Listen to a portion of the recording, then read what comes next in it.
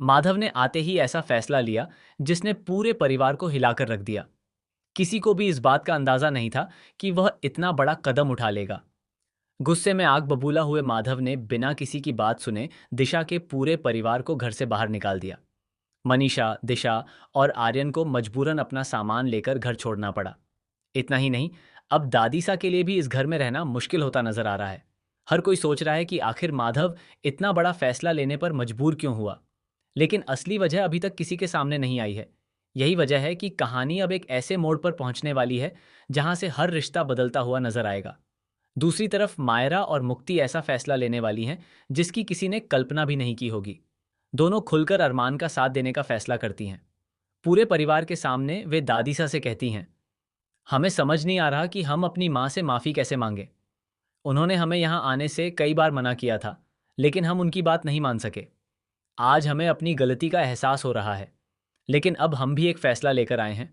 जब तक आप पूरे सम्मान और प्यार के साथ अरमान और अभीरा को वापस इस घर में नहीं लाते, तब तक हम भी इस घर में कदम नहीं रखेंगे।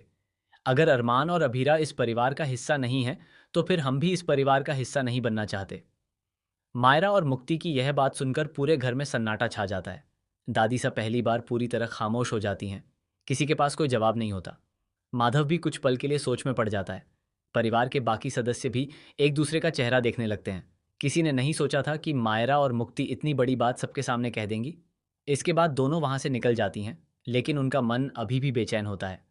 उन्हें लगता है कि अरमान और अभीरा किसी बहुत बड़ी परेशानी में हैं, इसलिए वे दोनों चुपचाप उनका पीछा करना शुरू कर देती हैं। इसी दौरान वे देखती हैं कि मार्केट के बीचों बीच अभीरा की आंखों से लगातार आंसू बह रहे हैं। वह अरमान से कहती है, तुम आखिरी चिट्ठी छोड़कर आखिर कहाँ जाने वाले थे? क्या तुम मुझे और अपनी बेटियों को छोड़कर हमेशा के लिए चले जाते? क्या तुम्हें एक बार भी हमारी याद नहीं आई? अगर तुम चले जाते तो मैं कैसे जीती? अरमान की आंखें भी भर आती हैं। वह कांपती आवाज में कहता है, मैं तुम्हें छोड़कर नहीं जाना चाहता था, लेकिन मुझे लगने लगा था कि मैं तुम्हारी जिंदगी पर बोझ बन चुका हूं। कब से तुम अकेले कमाई कर रही हो, घर संभाल रही हो, बच्चों का ख्याल रख रही हो और मेरी बीमारी का भी सामना कर रही हो। मैं हर दिन खुद को बेबस महसूस कर रहा था। इसलिए मैंने सोचा कि अगर मैं दिशा से माफ़ी मांग लूं और परिवार का साथ मिल जाए तो शायद तुम्हारी ज़िंदगी थोड़ी आसान हो जाएगी। मुझे लगा कि अगर हम पोद्दार हाउस वापस चले जाएं तो हमारी बेटियां भी खुश रहेंगी। अभीरा तुरंत अरमान का हाथ पकड़ लेती है और कहती है, तुम्हें क्या लगता है जिम्मेदारियां सिर्फ तुम्हारी हैं? हम पति पत्नी हैं, हर मुश्किल में साथ रहने की कसम खाई थी। अगर तुम बिना बताए चले जाते तो मैं जिंदगी भर खुद को माफ नहीं कर पाती। अरमान की आंखों से आंसू बहने लगते हैं। दोनों एक दूसरे को गले लगा लेते हैं, लेकिन उन्हें बिल्कुल भी अंदाजा नहीं होता कि कुछ दूरी पर खड़ी मायरा और मुक्ति उनकी सारी बातें सुन रही हैं।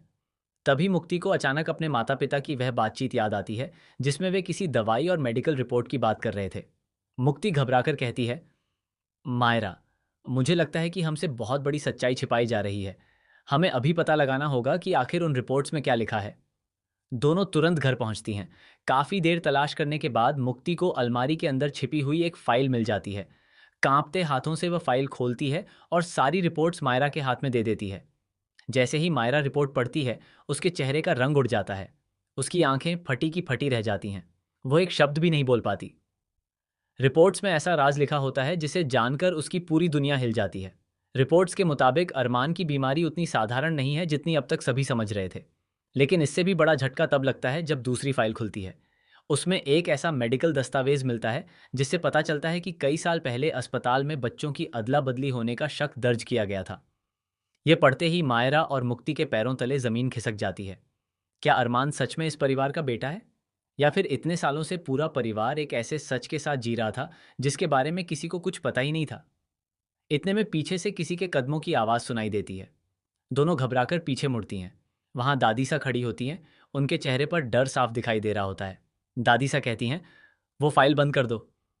अगर ये सच पूरे परिवार के सामने आ गया तो सब कुछ बर्बाद हो जाएगा। दादी सा की ये बात सुनते ही मायरा और मुक्ति समझ जाती हैं कि दादी सा इस राज के बारे में पहले से जानती थीं। अब सवाल यह है कि उन्होंने इतने साल तक ये सच सबसे छिपाकर क्यों रखा? क्या उन्होंने परिवार को बचाने के लिए ऐसा किया था, या फिर इसके पीछे कोई बहुत बड़ी साजिश छिपी हुई है? लेकिन कहानी यहीं खत्म नहीं होती।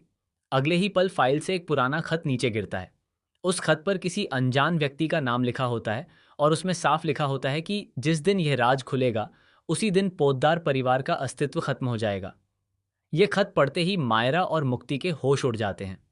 अब उन्हें समझ आ जाता है कि ये सिर्फ बीमारी या परिवार का झगड़ा नहीं, बल्कि कई साल पुरानी एक ऐसी साजिश है जिसने हर रिश्ते को झूठ की नींव पर खड़ा कर रखा है। आने वाले एपिसोड में खुलासा होगा कि आखिर वह अनजान व्यक्ति कौन है, दादी सा किस सच को छिपा रही हैं, अरमान की असली पहचान क्या है, और क्या ये सच्चाई सामने आने के बाद पूरा पोद्दार परिवार हमेशा के लिए बिखर जाएगा, या फिर कोई ऐसा धमाकेदार ट्विस्ट आएगा जिसकी किसी ने कल्पना भी नहीं की होगी।